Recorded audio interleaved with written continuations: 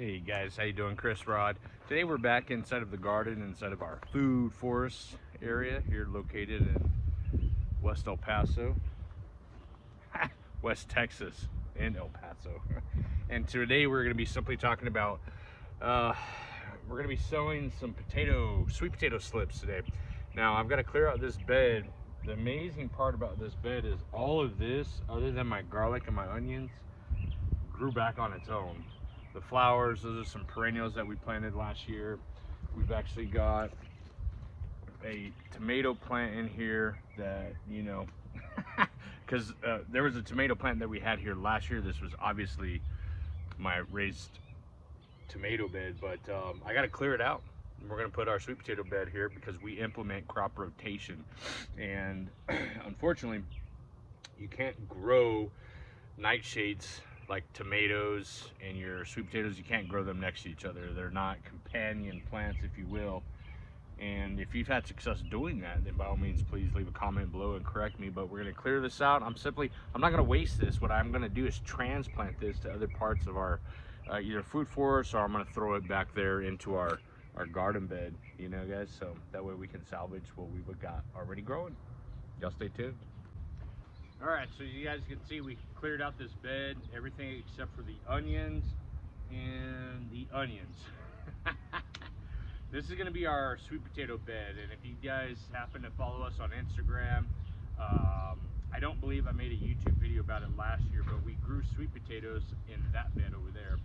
We grew a variety that I can't even remember off the top of my head, to be honest with you, but it took over a little bit of ground cover. It didn't consume the whole garden area, which was great, but it did overflow the bed. We had a massive harvest last season. So everything's on drip system irrigation, and we're gonna just walk through the bed preparation. This food forest, this particular year, I'm not adding any granular fertilizers or liquid fertilizers. Okay, I'm not doing anything synthetic or organic. As far as fertility goes, the only application we are going to be doing is my compost pile back here that I've been supercharging. All right, so let's walk through this real quick, because I did show you in one of the last videos what we were doing with the side of our house. The pile that I was using underneath the tarp. I told you guys would have to wait until the next video. Hopefully you subscribed and you followed along so I can show you what we've been doing here. Simply taking some compost. This is screen compost that we get from one of our local nurseries here in El Paso, and you can use any kind of compost that you can find if you've got some readily available, but I would highly recommend you use one that is screened, meaning it doesn't have any wood debris or material inside of it. Go organic, obviously, and then, you know, all we've been doing over the past few weeks, to be honest with you, is I've been amending this compost with a very popular product called Dirt Booster. This Dirt Booster has got all the good nutrients that we need inside of it. Well, I shouldn't even say nutrients. It's primarily comprised of mycorrhizal fungi, some human char, and some, which is humic acid and biochar, and a corn distillate, if I'm not mistaken. This is what it looks like. Those black granulars, that's your human char, okay, and then the orange stuff is, if I'm not mistaken, it's a corn distillate. But what we're doing is, and it's got its mycorrhizal fungi, okay, Anderson's has put together this product. I've combined it all together into one nice formulation, and I've been amending this screen compost with that product, okay. Now the amounts that you need to use, it's on the bag. Please just read the label. Go to Amazon.com and Google, or just do your research on Dirt Booster. I'm not going to get into all that, but essentially the other thing that I've added to this are alfalfa pellets. Okay, so what I did was simply give the mycorrhizal fungi inside the Dirt Booster a food source, which is the alfalfa pellets to feed on and to go ahead and start breaking down that material so that we've got a supercharged compost, if you will. It's nice, dark, it's rich, and it's got all the properties we need to amend that raised bed.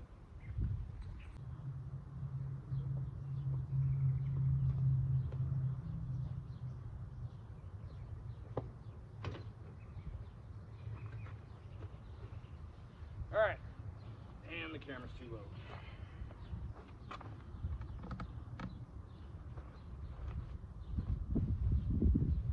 All right, so all we're gonna simply do, again, we're not adding any granular or liquid fertilizers, nothing synthetic. I'm not gonna be tilling in anything. We're not trying to break ground.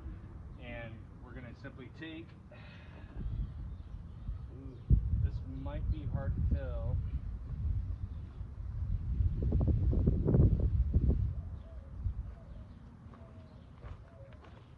So inside here, what you can see are some of those alfalfa pellets. You see that discoloration, okay? That's the mycorrhizal fungi feeding on that food source, okay? All we're doing is adding it to the soil.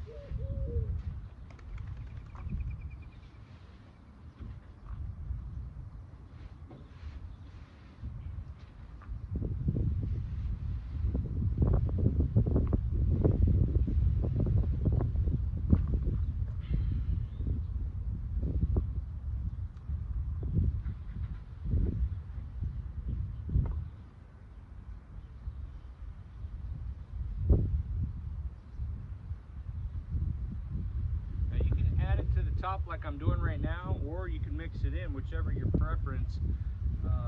You don't have to till it in, okay? Now,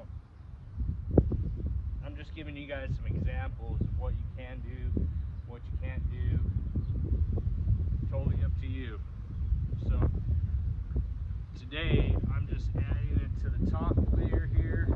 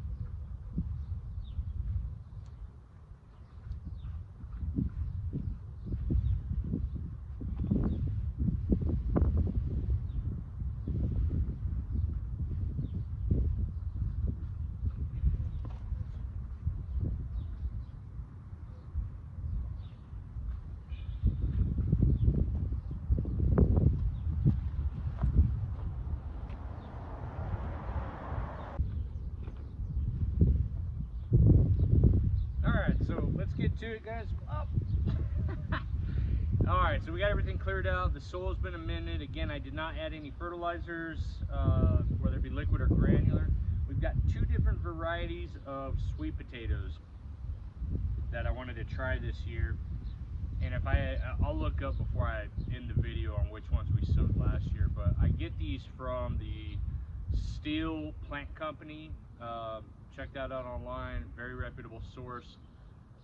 For your sweet potatoes, and they also do like onions and garlic, if I'm not mistaken.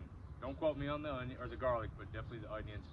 and the sweet potatoes for sure. So we've got a purple passion, and then we've got the Covington. Okay, now the Covington mature date 100 days, purple passion 110 days. Mark your calendars whenever you do your sowing. Mark it 100 days out, which I'm going to do today. That way I know when's a good time to harvest them. On the Covington, you can actually, if they don't look mature enough, when you start scratching the surface and they don't look full size, you can give them, technically you can give them about another 10 or 15 days, which puts it neck and neck with the purple passion for the harvesting time period. So let's dive right into what I'm going to be doing. This particular bed, we're going to go ahead and make the Covington sweet potato bed. The reason why is something particular about the Covington sweet potato is when they reach their maturity, they say they grow like bananas. So what you can do, and if you've ever harvested sweet potatoes, you got to do a lot of digging around in the soil to find them all. And you know, last year when we did ours, I cut my nails pretty good, you know, pulled the skin back on them trying to search for these suckers. But the Covington, what's unique again, is they grow like bananas in clusters. So you should be able to grab that one set of leaf tissue and pull it right up out of the ground, and you get this cluster of sweet potatoes instead of digging around for them. Kind of unique about the sweet potato family there, but let's go ahead and get into this. Now the recommendation on planting these is simply, you can go, what they recommend is 4 feet apart. Okay, your row spacing is 4 feet apart, and then space them out every 10 to 12 inches, which I broke the 4 feet apart row spacing rule last year because my beds are only 3 feet wide. But the 10 to 12 inches, that really helps out, okay? Because if they're too close together, then you get like these bunched up kind of sweet potatoes, which Covingtons do come not so elongated, but they do come in a smaller variety, which is okay if you plant them closer together.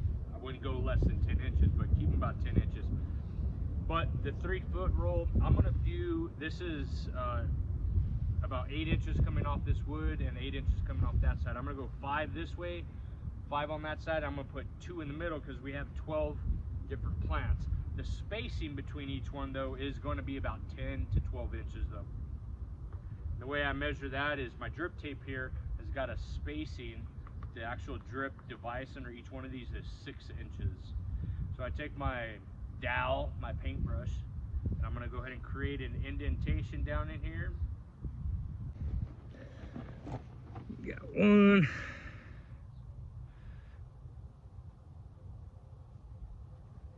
2.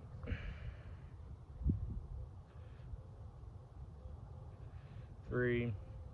Oh, looks like we're only going to get 4 on this side. That's fine. I go 4 there. I got 3 rows. I'm going to offset.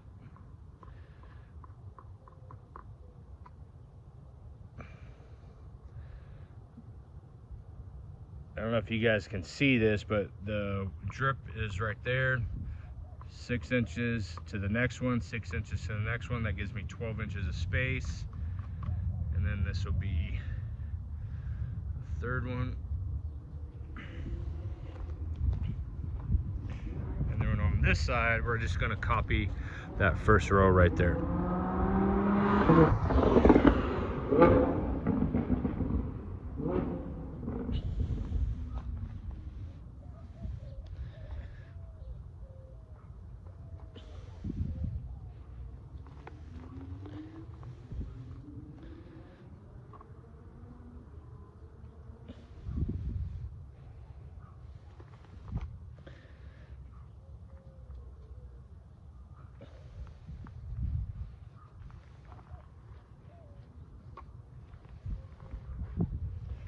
All right, so that gives me 4, 8, 9, 10, 11.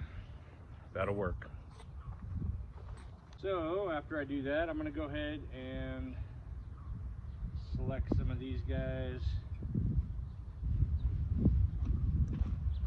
And this is how they come. Actually, they don't come like this. They actually come wrapped up inside of some, it looks like some burlap. It's like a cloth material, to be honest with you, but what I do is I go ahead and obviously put them in a jar of water and let them soak to bring them back to, I guess, life, if you will.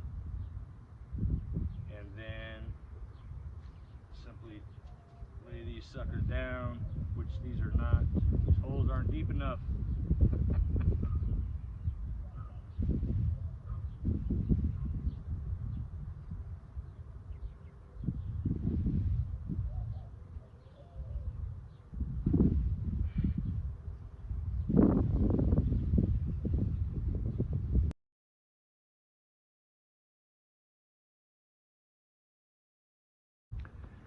All right, guys, so that's the sweet potato bed. Again, this is going to be my Covington bed, simply because I want to be able to pull those out of the ground once they mature enough. And y'all just follow along, because what I'm going to show you as time goes by is the folding, or the leaves just kind of taking over this whole area. And if I'm not mistaken, it was Georgia Jets that we planted in that first raised bed, and you'll see the transition over time. But yeah, I know I used that dowel, that little paintbrush, but I wasn't able to slide those suckers right in. So you got to improvise, pull back the little trowel there, get some soil pulled back, and plant them in. After that, all you got to do is keep them watered.